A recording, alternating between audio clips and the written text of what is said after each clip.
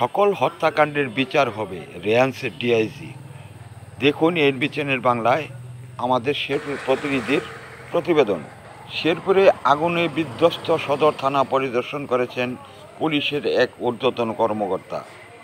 আজ দুপুরে ময়মনসিংহ রেয়ান্সের ডিআইজি শাহ মোহাম্মদ আবিদ হোসেনের নেতৃত্বে এ সময় শেরপুর পুলিশের সকল কর্মকর্তারা উপস্থিত ছিলেন।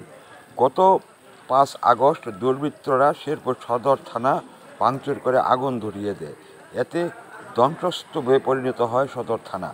এরপর থেকে বন্ধ ছিল থানার সকল কার্যক্রম। বন্ধ থাকায় সেবাবঞ্চিতরা ফিরে গেছেন। এ সময় ডিআইজি বলেন, সকল হত্যাকাণ্ডের বিচার হবে। পুলিশ তার কাজ সঠিকভাবে পালন করলে সবার আগে বেহেস্তে যাবে। পুলিশ তার কাজে আগের উদ্যমে ফিরেছে। মানবিক পুলিশিং করতে যে ব্যবস্থা নিতে হবে তা নিয়ে কাজ করছে সরকার। এ সময় শেরপুর পুলিশ সুপার মোহাম্মদ আকরামুল হোসেন, অতিরিক্ত পুলিশ সুপার মুর্শেদ আলম সহ অন্যান্য কর্মকর্তারা উপস্থিত ছিলেন। খবর এএনবি নিউজ, শেরপুর।